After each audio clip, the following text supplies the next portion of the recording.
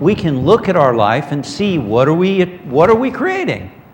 Some know this to be the law of attraction. The Secret helped make that a worldwide phenomena to understand this idea of the law of attraction. Unity has been teaching it for over 100 years, and Jesus Christ taught it 2,000 years ago, and it's simply a principle that's been taught throughout the ages, and we can actually consciously use it in our life. Jesus said, the measure you give will be the measure you get back. And it's important to understand that we're really, as we said a few weeks ago, or maybe it was last week, that we're kind of learning this. We understand it intellectually, but we're really just learning how to be creators. We're learning how to use the law of attraction and this principle of cause and effect. We're still babies at this process. We want to know what it's really like. You look at Jesus Christ, you look at Buddha, you look at other sages and saints, and you begin to see how it can be applied and used. But we're still understanding the ins and outs of this principle. So let's talk about how it works. Proverbs 23, verse 7. As a man thinketh in his heart, so is he. Now, when we say thoughts create our life, we're not just meaning, of course, cold thoughts. A thought includes feelings. A thought includes images. Thoughts include all of that. Feeling is the key. We can have these feelings unconsciously, and they're attracting into our life even though we may not realize it. This is probably one reason why we don't always get what we want consciously. Because we may, I want a relationship, but on an unconscious level, we're afraid of rejection. So what's going to manifest? We may go, I want to be wealthy, but on some level we think that it's wrong to be wealthy. Maybe we have a spiritual belief that having money is contrary to living a spiritual life. Or we have other contradictions going on. So we may consciously want something but be repelling it on another level.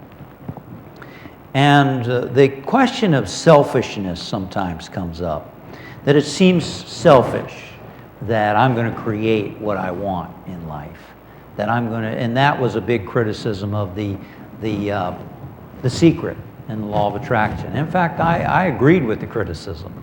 The Secret seems so materialistic. You read The Secret, you watch the video, and there's a lot about attracting houses and cars and different material things. It wasn't all that way, but there was a good emphasis on that. Put pictures up of what stuff you want to attract in your life. Well, I think my attitude's changing about that now. I don't see anything wrong with that. I think the purpose in life is to wake up to our oneness with God. That's our innermost, deepest desire, is to know God. But there's nothing wrong with attracting money. There's nothing wrong with you need a car, attracting a car. There's nothing wrong with wanting to attract right tenants for your apartment you're renting. There's nothing wrong with attracting a right place for you to live in. There's nothing wrong with attracting whatever you want in your life. Many have been raised in religion to think that it's spiritual to be broke, spiritual to be poor. Jesus didn't say that. He didn't teach that.